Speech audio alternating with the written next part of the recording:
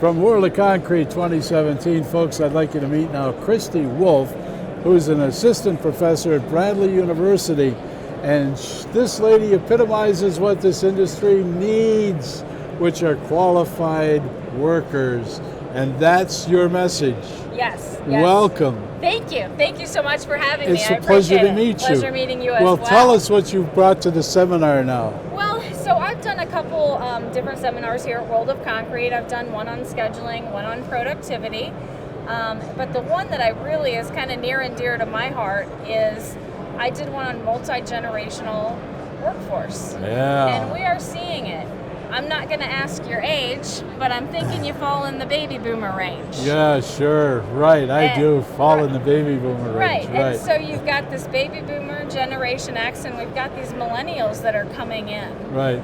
And one of the issues we have is these millennials aren't necessarily given the opportunity to realize that the trades are something that they can make a good living in. They can All right. provide My for a question family. is this. How do you go out there and promote the fact that there's A, something other than holding a shovel, and B, how do you generate interest in the trades? So I think we can do this a couple ways. One is through our educational system. We have lost a lot of our vocational programs. Right. Those don't exist. We don't have the funding. It's probably not going to come back, but it's something that as contractors, we have to stand up and say, let's take a responsibility to get people into the trades. Maybe it's putting some money into a vocational program, a side program that works with the schools. Get these kids early on to understand that there's opportunities as a carpenter, an electrician, a plumber. So getting that vocation back into the schools. Right. Also talking with high school counselors to say, let's promote trades. Something other than just, you got to go to college? Yes. Teaching college every day, I see kids that they probably would have been better off going into a trade or going straight to work right out of high school. They're coming out with debt that they'll never recover, and so we need to let them know that there's other opportunities out there other than going to college. What kind of feedback are you getting from contractors themselves in the form of, yeah, I can contribute to this, yeah, I can help work out a seminar, yeah, I can do X, Y, and Z? Yeah. Anytime you ask for money, the response is, well, what do I get out of this? Exactly. So until we get contractor buy-in to understand that, you will be the beneficiary of promoting these programs, contributing to these programs, they have to understand that they're the ones who are going to reap the benefits of that.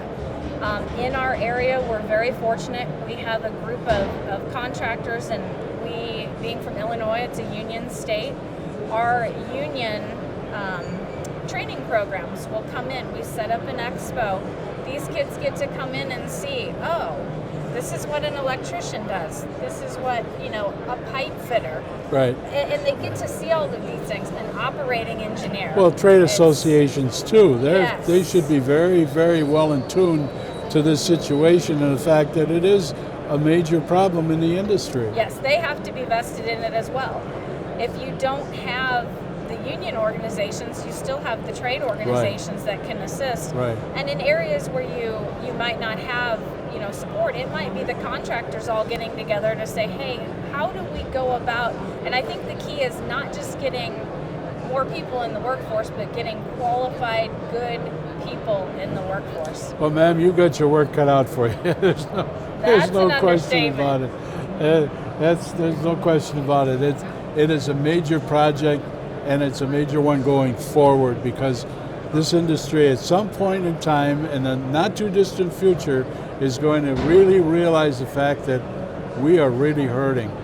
Yes. And we've got to resolve that issue before we can go and build big gazillion-dollar projects, because without the workforce and the qualified workforce, we're not going to build anything. And I think the other piece of that is, how do we gain that institutional knowledge before our baby boomers exit? Right.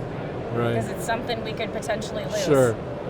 Kristy Wolf, it's been a real pleasure. Meeting you. You bring a heck of a message to to our little website here. Thank you. And much success in the future. Great. Thank you. Very good. From World of Concrete 2017.